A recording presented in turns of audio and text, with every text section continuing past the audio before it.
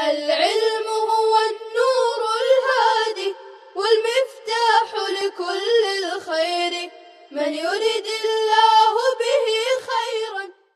بسم الله الرحمن الرحيم. فإن تزوجها على هذين العبدين فإذا أحدهما حر فليس لها إلا الباقي إذا ساوى 10 دراهم عند أبي حنيفة لأنه مسمى ووجوب المسمى وإن أقل يمنع وجوب مهر المثل. وقال أبو يوسف رحمه الله تعالى لها العبد وقيمة الحر لو كان عبدا لأنه أطعمها سلامة العبدين وعجز عن تسليم أحدهما فتجب قيمته. وقال محمد وهو رواية عن أبي حنيفة رحمه الله تعالى لها العبد الباقي إلى تمام مهر مثلها إن كان مهر مثلها أكثر من قيمة العبد لأنهما لو كانا حرين يجب تمام مهر المثل عنده فإذا كان أحدهما عبدا يجب العبد إلى تمام مهر المثل. پیچھے مسئلہ آیا تھا کہ اشارہ اور مسمہ، زبان سے بولی ہوئی بات اور اشارہ، اگر دونوں الگ الگ ہیں تو ایسی صورت میں امام ابو حنیفہ رحمۃ اللہ علیہ کا مسلک آیا تھا کہ مشار الیہ کا اعتبار ہوگا. امام ابو یوسف رحمۃ اللہ علیہ کا مسلک آیا تھا کہ مسمہ کا اعتبار ہوگا ہر صورت میں. امام محمد رحمۃ اللہ علیہ کا 2 باتیں تھیں، مشار الیہ مسمہ متحد الجنس ہوں تو مشار الیہ کا اعتبار، اور اگر مختلف الجنس ہوں تو پھر ایسی صورت میں مسمہ کا اعتبار کیا جائے گا. یہاں بھی ایک مسئلہ بیان کر رہے ہیں. پہلے عبارت دیکھیے، فَإِن تَزَوَّجَهَا عَلَى هَذَيْنِ الْعَبْدَيْنِ، اگر شادی کیا بیوی سے ان دونوں غلاموں کی شرط پر، فَإِذَا أَحَدُهُمَا، پس یکایک ان دونوں میں سے ایک آزاد ہے، فَلَيْسَ لَهَا، بیوی کے لیے نہیں ہوگا مگر باقی جو ایک بچا ہے، جبکہ 10 درہم کے برابر ہو. یہ امام ابو حنیفہ رحمۃ اللہ علیہ کا مسلک ہے. لأنہ مسمى، اس لیے کہ وہی متعین کیا گیا ہے اور مسمى ہی واجب ہوگا اگرچہ کم ہو. یمنع وجوب مہر المثل، مہر مثل کے وجوب سے منع کیا جائے گا. 2 غلام کی طرف اشارہ کیا کہ ان دونوں کے بدلے میں نکاح کرتا ہوں، لیکن ان دونوں میں سے ایک غلام آزاد ہے. غلام ہی نہیں تھا بیچارہ، ایک آزاد تھا اور ایک غلام تھا. تو امام صاحب فرماتے ہیں وہی ایک غلام جو باقی بچا ہے وہی مہر میں دیا جائے گا اگر اس کی قیمت 10 درہم کے برابر ہو، اس لیے کہ وہی متعین کیا گیا ہے. اور متعین مہر میں جو چیز متعین کی جاتی ہے وہی چیز ملے گی. وَإِن قَلَّ، اگرچہ کم ہو، 10 درہم تو ہے لیکن مہر مثل سے کم ہو تو بھی وہی متعین دیا جائے گا. اس لیے کہ مہر مثل اس وقت ہوتا ہے جب مہر متعین نہ ہو تو مہر مثل ہے، اور یہاں چونکہ متعین ہے، دونوں راضی ہیں، اس لیے متعینہ چیز دی جائے گی. اور اس میں 2 غلاموں کو کہا تھا لیکن حقیقت میں ایک ہی غلام تھا، اس لیے وہی ملے گا. وقال ابو یوسف، اور امام ابو یوسف رحمۃ اللہ علیہ فرماتے ہیں لها العبد وقیمت الحر، اس کو غلام ملے گا، اور آزاد کو غلام مان کر کے اس کی قیمت مانی جائے گی۔ وقیمت الحر لو کان عبدا، اور آزاد کی قیمت اگر غلام ہوتا، امام ابو یوسف رحمۃ اللہ علیہ فرماتے ہیں ایک غلام تو ہے یہ نکاح میں، دوسرے اس آزاد کو فرض کیا جائے گا، اگر یہ غلام ہوتا تو کیا پیسے آتے، وہ پیسہ بھی بیوی کو دیا جائے گا۔ وجہ لأنہ اطعمہا، اس لیے کہ شوہر نے اس کو لالچ دلایا ہے دو سالم غلامتوں کی، وعجز عن تسلیم احدہما، اور ان دونوں میں سے ایک کے سپرد کرنے سے عاجز ہو گیا، فتجب قیمتہ، تو اس کی قیمت واجب ہوگی۔ چونکہ پیچھے آ چکا ہے، امام ابو یوسف رحمۃ اللہ علیہ مسمى کا اعتبار کرتے ہیں، اشارے کا نہیں، اور یہاں مسمى دو غلام ہے، لہذا دونوں کا حوالے کرنا پڑے گا، ایک غلام اور دوسرا جو آزاد ہے اس کو غلام فرض کیا جائے گا اور اس کی قیمت لگائی جائے گی، اور پھر وہ قیمت بھی بیوی کے حوالے کر دی جائے گی۔ امام محمد رحمۃ اللہ علیہ فرماتے ہیں، اور وہی امام ابو حنیفہ رحمۃ اللہ علیہ کی ایک روایت ہے، لہا العبد الباقی الی تمام مہر مثلہا، بیوی کو بقیہ غلام ملے گا مہر مثل کے مکمل ہونے تک، اگر مہر مثل غلام کی قیمت سے زیادہ ہو، اس لیے کہ اگر دونوں کے دونوں آزاد ہوتے یجب تمام المہر المثلی، تو مہر مثل مکمل واجب ہوتا۔ امام ابو حنیفہ رحمۃ اللہ، امام محمد رحمۃ اللہ علیہ کے نزدیک فَإِذَا كَانَ أَحَدُهُمَا عَبْدًا، پس جب ان دونوں میں سے ایک غلام ہے، یجب العبد الباقی، یجب العبد، غلام واجب ہوگا مہر مثل کے مکمل ہونے تک۔ امام محمد رحمۃ اللہ علیہ کیا فرماتے ہیں، یہ جو ایک غلام بچہ ہے، اس غلام کو حوالے کیا جائے گا بیوی کے، لیکن قیمت لگائی جائے گی۔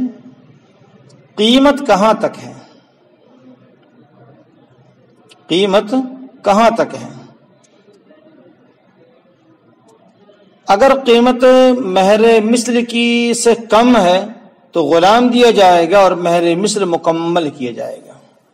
فرض کر لیجئے غلام کی قیمت ہے 8,000 اور مہر مثل ہے 10,000، تو ایسی صورت میں غلام کی دیا جائے گا اور مہر مثل کو پورا کرنے کے لیے اس کو 2,000 اور دیے جائیں گے۔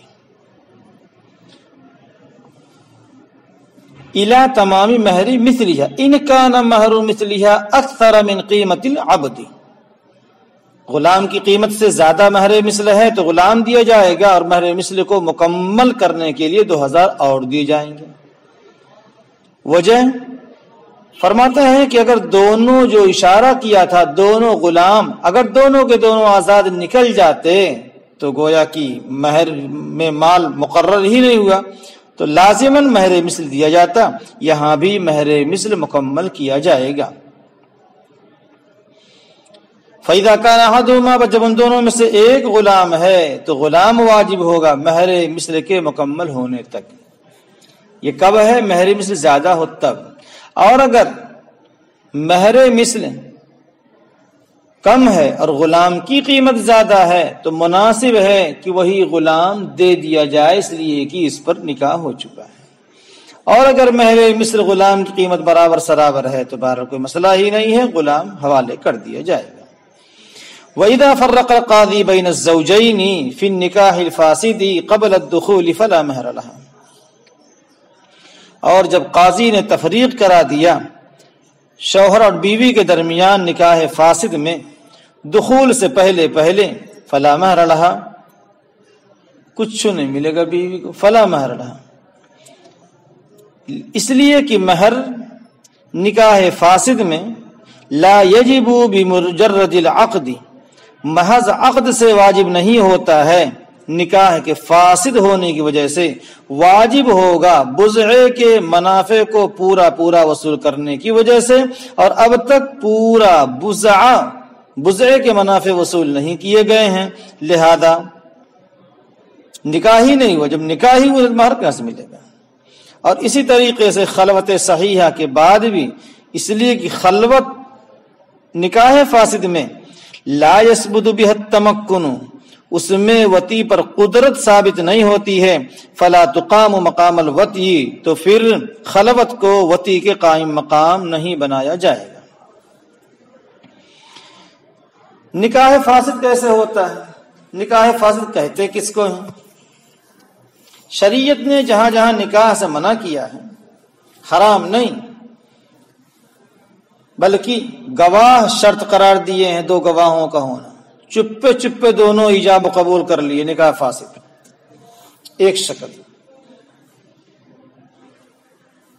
دوسری شکل یہ ہے کہ عورت کسی کی عدت گزار رہی تھی، ابھی عدت پوری ہی نہیں ہوئی تھی، اس سے نکاح کر لیا، چاہے گواہ موجود ہو، نکاح فاسد، شریعت نے منع کیا ہے۔ تیسری شکل نکاح فاسد کی یہ ہے، 4 بیویاں رکھی تھیں، چوتھی ابھی عدت طلاق گزار رہی تھی کہ 5ویں سے نکاح کر لیا، یہ بھی نکاح فاسد کہلائے گا۔ چوتھی شکل یہ ہے نکاح فاسد کی کہ ایک بہن ہے، طلاق دے دیا، عدت گزار رہی تھی، اب عدت پوری ہی نہیں ہوئی تھی کہ ادھر دوسری بہن سے رشتہ تھا اور اس سے اٹھا کر کے نکاح کر لیا۔ اب قاضی نے تفریق کرا دیا میاں بیوی کے درمیان، نکاح فاسد، نکاح فاسد سمجھے ان 4 شکلوں میں نکاح فاسد ہوتا ہے۔ اگر قاضی نے تفریق کرا دیا ہے دخول سے پہلے بیوی کو کچھ نہیں ملے گا، دلیل عقلی دے رہے ہیں۔ ترجمہ ہو گیا آپ کا، لأن المہر فیہ لا یجب بمجرد العقد لفسادہ، کہ مہر نکاح فاسد میں واجب نہیں ہوتا ہے محض عقد کی وجہ سے، اس کے فاسد ہو جانے کی وجہ سے۔ نکاح ہوا ہی نہیں ہے، جب نکاح ہوا ہی نہیں ہے تو پھر مہر کا سوال ہوتا نہیں، اس لیے کہ مہر واجب ہوگا نکاح فاسد میں کب؟ جب بضع کے منافع، یعنی بیوی صحبت کر لے بس، اور بیوی صحبت ہوئی نہیں ہے، اس سے پہلے تفریق ہو گئی ہے، لہذا مہر بیوی کو کچھ نہیں ملے گا۔ خلوت صحیحہ کر لیا تو بھی وطی نہیں ہوئی، خلوت سے پہلے اگر خلوت کے بعد بھی اگر قاضی نے تفریق کرا دیا وطی نہیں ہوئی تو بھی مہر نہیں ملے گا، کیونکہ بیوی کے ساتھ خلوت صحیحہ وطی کے قائم مقام ہے نکاح صحیح میں، اور یہ حقیقت میں بیوی ہی نہیں ہے۔ جب بیوی ہی نہیں ہے تو پھر خلوت وطی کے قائم مقام ہی نہیں ہے، اور جب وطی کے قائم مقام نہیں بلکہ اجنبیہ کے ساتھ خلوت کیا ہے تو اس سے وطی نہیں مانی جائے گی، کیونکہ خلوت میں اجنبیہ کے ساتھ رہنا یہ وطی پر قدرت دینے کے قائم مقام نہیں ہے، لأن الخلوۃ فیہ لا یثبت بہ التمکن فلا تقام مقام الوطی، تو خلوت کو وطی کے قائم مقام نہیں بنایا جائے گا، اور جو وطی کے قائم مقام نہیں ہوگا تو ایسی صورت میں بیوی کو مہر نہیں ملے گا۔ نکاح صحیح ہوا تو نکاح صحیح فی نفسہ وطی کے قائم مقام، وطی کی طرف داعی، طلاق دے دیا دخول سے پہلے آدھا مہر دے گا، اور اگر خلوت ہو گئی گرچہ وطی نہ ہوئی ہو تو پورا مہر دینا پڑے گا۔ مسئلہ پیچھے پورا گزر چکا ہے۔ اب نکاح فاسد تو ہو گیا لیکن منافع بھی وصول ہو گئے، فإن دخل بها فلها مہر مثلها ولا يزاد على المسمى عندنا خلافا للزفراء وهو يعتبر بالبيع الفاسد ولنا أن المستوفى ليس بمال وإنما يتقوم بالتسمية، فإذا زادت على مهر المثل لم يجب الزيادة لعدم صحة التسمية، وإن نقصت لم تجب الزيادة على المسمى لعدم التسمية، بخلاف البيع لأنه مال متقوم في نفسه فيتقدر بدله بقيمته۔ اگر بیوی سے دخول کر لیا نکاح فاسد میں، فلہا مہر مثلہا، عبارت دیکھیے، اس کو مہر مثل ملے گا، اور متعینہ پر زیادہ نہیں کیا جائے گا ہمارے نزدیک، جتنا متعین کیا تھا دونوں نے چپکے اتنا بیوی کو ملے گا۔ امام ظفر رحمۃ اللہ علیہ کا اختلاف ہے، ہوا یعتبر بالبیع الفاسد، امام ظفر رحمۃ اللہ علیہ بیع فاسد کا اعتبار کرتے ہیں۔ بیع فاسد، بائع اور مشتری نے عقد بیع میں کوئی ایسی شرط لگا دی جو بیع کے مناسب نہیں ہے، شرط فاسد ہے۔ اب اگر شرط فاسد کی وجہ سے بیع فاسد ہو جائے تو ایسی صورت میں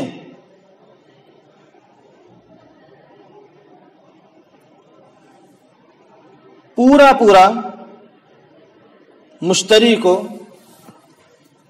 واپس کرنا پڑتا ہے، ایسے ہی یہاں بھی پورا واپس کرنا پڑے گا۔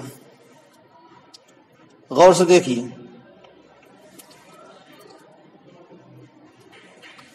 بیوی کے ساتھ شوہر نے دخول کر دیا، دخول کرنے کے بعد طلاق ہو گئی ہے،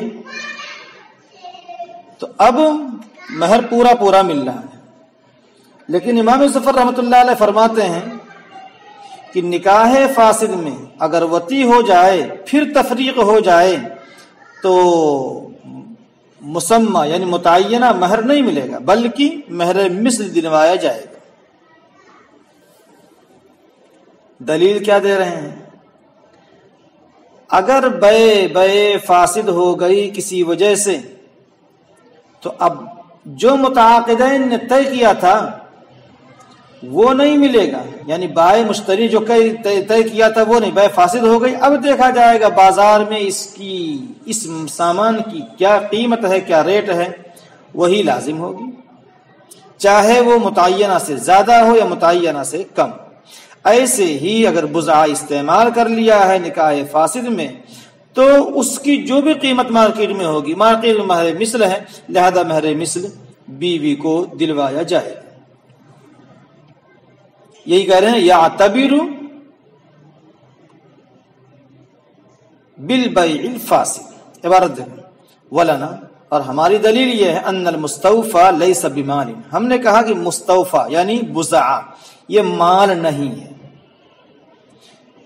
وانما يتقوم بالتسمیۃ، یہ مال بنا ہے متعین کرنے کی وجہ سے، فاذا زادت على مہر المثل، پس جب مہر مثل پھر زیادہ ہو جائے گا، لم یجب الزیادۃ، تو زیادتی واجب نہیں ہوگی، لعدم صحت التسمیۃ، تسمیہ کے یعنی متعین کے صحیح نہ ہونے کی وجہ سے، وَإِن نقصت، اور اگر کم ہو جائے تو زیادتی واجب نہیں ہوگی متعینہ پر متعین نہ ہونے کی وجہ سے۔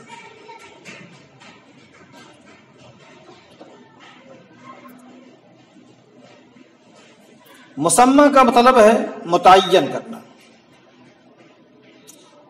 غور سے سنیے گا، تھوڑا سا عقلی دلیل، بضاعہ مبی کی طرح مال نہیں ہے، بیع فاسد میں مبی مال تھا، یہاں بضاعہ مال نہیں ہے۔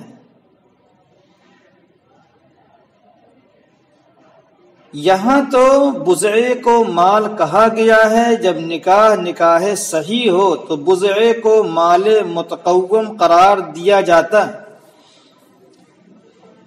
یتقوم بالتسمیۃ،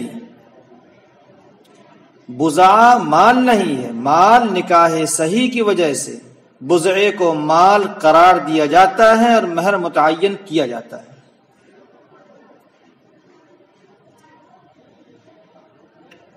یہاں مہر کا متعین کرنا صحیح نہیں ہے، اس لیے کہ نکاح فاسد ہے۔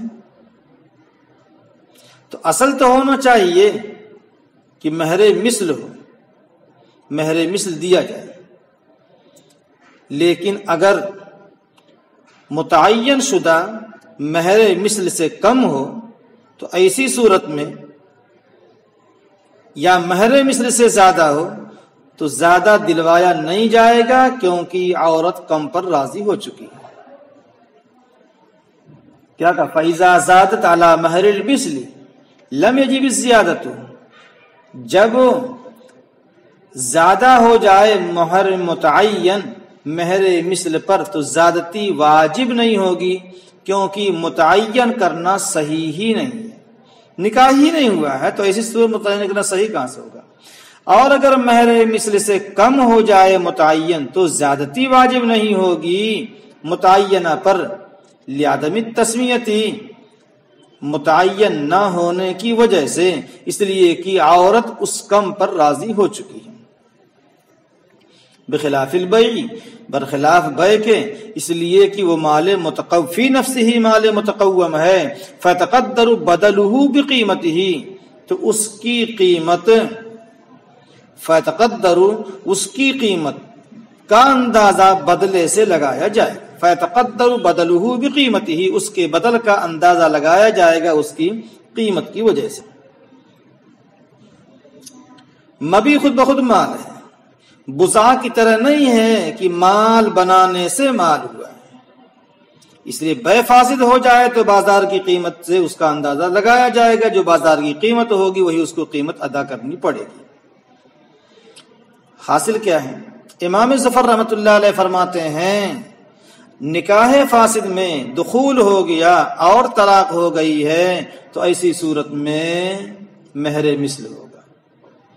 ہم نے کہا کہ متعینہ دیا جائے گا، جو مہر متعین ہے وہ مہر متعینہ دیا جائے گا، مہر مثل اگر زیادہ ہے تو متعین، اس لیے بیوی کم پر راضی ہو گئی ہے، اور اگر مہر مثل کم ہے تو کم دیا جائے گا، اس لیے کہ بیوی بھی اس پر راضی ہو چکی ہے، یعنی اس کو ایک طریقے کی سزا ہے کہ تم نے شریعت کی خلاف ورزی کی، اس لیے اب تم کو مہر میں پورا پورا نہیں ملے گا، البتہ ملے گا تو اس سے کم۔ وعلیہ العدت، اور عورت پر عدت ہوگی۔ نکاح فاسد ہو گئی اور نکاح فاسد میں تفریق ہو گئی ہے، احتیاطاً عورت پر عدت ہوگی، الحاقا لشبہۃ بالحقیقۃ فی موضع الاحتیاط وتحرزا عن اشتباہ النسب۔ حقیقت نکاح کے مشابہ قرار دیتے ہوئے، شامل الحاق ملاتے ہوئے حقیقت نکاح کے مشابہ سے شبہ نکاح کو حقیقت نکاح کے ساتھ لاحق کرنے کے لیے، الحاقم بالشبہۃ بالحقیقۃ، شبہ نکاح کو حقیقت نکاح سے شامل کرتے ہوئے احتیاط کے درجے میں، اور بچتے ہوئے نسب کے اشتباہ سے۔ نکاح فاسد میں جب میاں بیوی کے درمیان تفریق ہو جائے، چاہے دخول ہوا ہو یا دخول نہ ہوا ہو، صاحب ہدایہ فرماتے ہیں عدت ضروری ہوگی۔ اس کی وجہ یہ ہے نکاح فاسد میں نکاح کا شبہ ہے، احتیاط کے لیے اس نکاح فاسد کو نکاح صحیح کے ساتھ شامل کیا جائے گا۔ اگر نکاح صحیح میں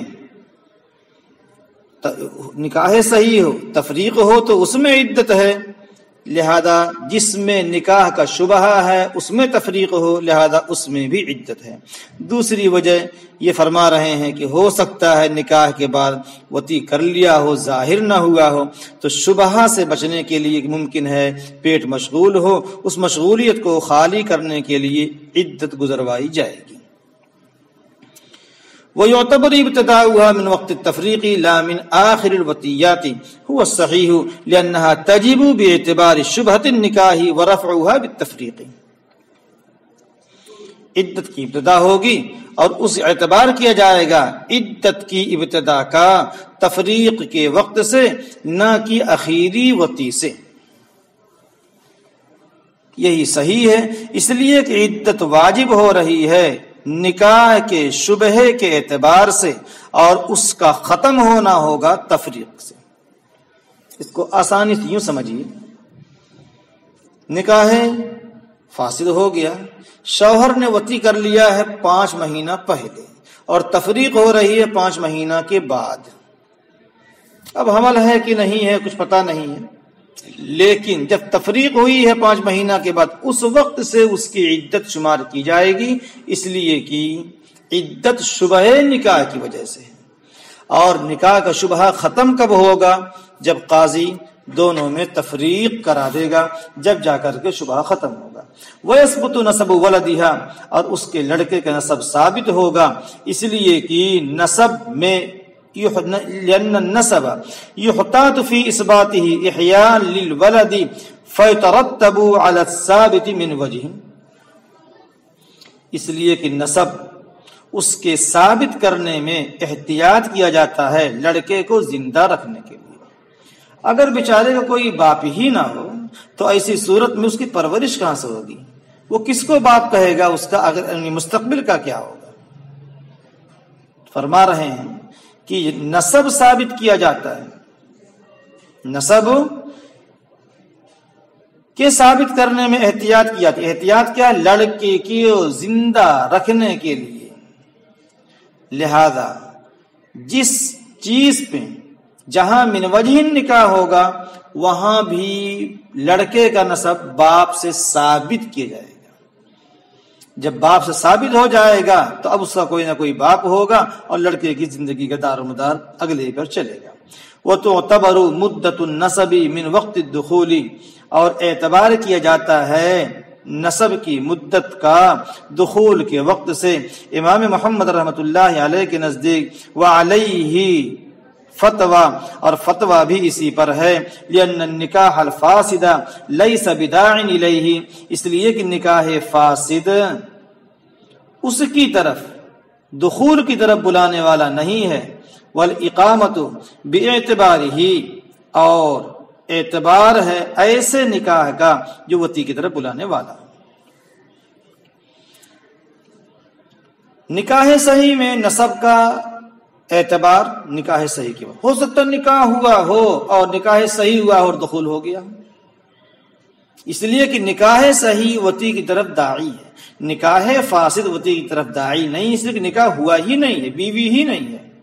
جب دخول ہوا تب جا کر کے پکی بیوی بنی ہے، لہذا نکاح فاسد میں نسب کا اعتبار دخول کے وقت سے ہوگا، لیکن نکاح صحیح میں نسب کی مدت کا شمار نکاح سے۔